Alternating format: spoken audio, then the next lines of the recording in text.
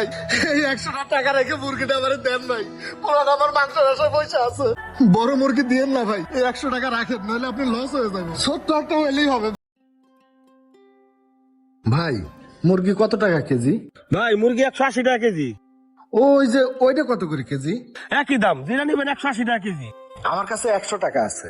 100 টাকার মধ্যে ছোট দিয়ে একটা মুরগি দেওয়া যায় না? তো ভাই এই আপনার মাথা মধ্যে ঠিক আছে? 100 টাকা কেজি মুরগি পাওয়া যায়? একটা মুরগির ওজন আছে মিনিমাম 1.5 থেকে 2 কেজি। 2.5 থেকে 300 টাকা দাম আছে। যাও ভাই সামনে যাও। ভাই এই মুরগিটা কয় টাকা? তোর তো আসলে মাথা ঠিক নেই রে। দেখিস না মরা মুরগি ওইটা ডাস্টবিনে হেলাই রাখছি, একটু পরে ময়লার গাড়ি আলাদা আসবে, ফেরা নিয়ে যাবি। যা সামনে যা। ভাই আমার কাছে যে 100 টাকা আছে, এই টাকাটা রেখে ওই মুরগিটাই আমার ড্রেসিং করে দিয়ে দাও। আরে বেটা মরা মুরগি খাওয়া হারাম, তুই জানিস না? জানেন তো মাথা মধ্যে খারাপ করিস না, জানেন তো সর।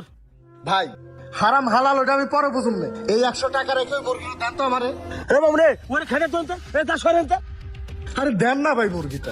তুই এই ভাই কিছে? এই চাচা কি সমস্যা? আরে মহাজন দেখেন না, 100 টাকা নিয়ে এসে হারাটা মুরগি দাও। 100 টাকায় কি একটা মুরগি হয়? একটা মুরগি দাম আছে 300 টাকার উপরে। ওই যে একটা মরা মুরগি দেখছে, ওই ওটা শুয়ে ছেলে দাও, বাসায় নিয়ে যাবো। আরে ভাই আপনি জানেন না যে মরা মুরগি খাওয়া হারাম? আপনি কেন বিরক্ত করতেছেন? এগুলো তো কুকুরে খায়। ভাই গরিব মানুষ আর কুকুরের মধ্যে তো কোনো তফাৎ নাই ভাই, আমরা তো একই। আর হারাম হালালের কথা বলছেন, ওই হারাম হালাল তো বড় লোকদের ব্যাপার।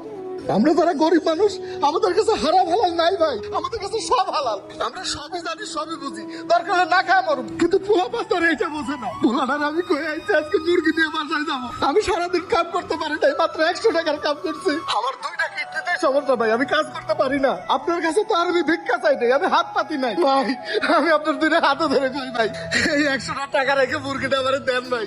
পুরান আমার মাংস ব্যবসায় পয়সা আছে। ভাই আপনি আপনার টাকাটা আপনার কাছে রাখেন, দেখি কি করা যায়। চাচা আমাদের এখানে তো সবচেয়ে বড় মুরগিটা আছে না, বড় মুরগিটাও না ড্রেসিং করে দিয়ে দেন। আরে বাবা হলো ধান্দাবাজ, অভিনয় করে। চাচা অভিনয় হোক আর রিয়াল হোক, উপরে আল্লাহ তাআলা সে তো সব দেখতেছে। আর শোনেন, দান খরচ করলে কখনো কমে না, তাতে আল্লাহ তাআলা আরো খুশি হয়। আপনি যেটা কইছি আপনি সেটা করেন, মুরগিটা দিয়ে দেন।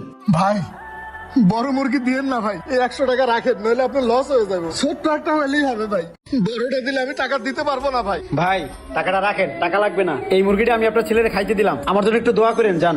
চাচা মুরগিটা ড্রেসিং করে দিয়ে দাও। আচ্ছা ঠিক আছে, এই ধর এটা ড্রেসিং করে ভাই দে। থামেন, আপনি আমার এই জাতা মুরগিটাই দিয়ে দেন, মুরগিটা ড্রেসিং করেন না। আমার পোলাটা দেখলে খুব খুশি হইব, এমনি নিয়ে যাই।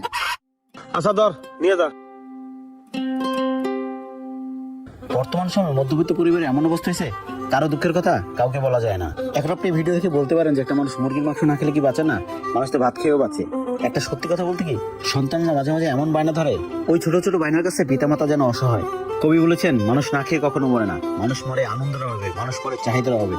সত্যিকার বলতে এখন কিন্তু অনেক পুরুষই ভিতরে ভিতরে মৃত, না পারে নিজে ভালো থাকতে, না পারে তার পরিবারকে ভালো রাখতে। ভিডিও ভালো লাগলে কমেন্ট করতে পাশে থাকবেন। ধন্যবাদ।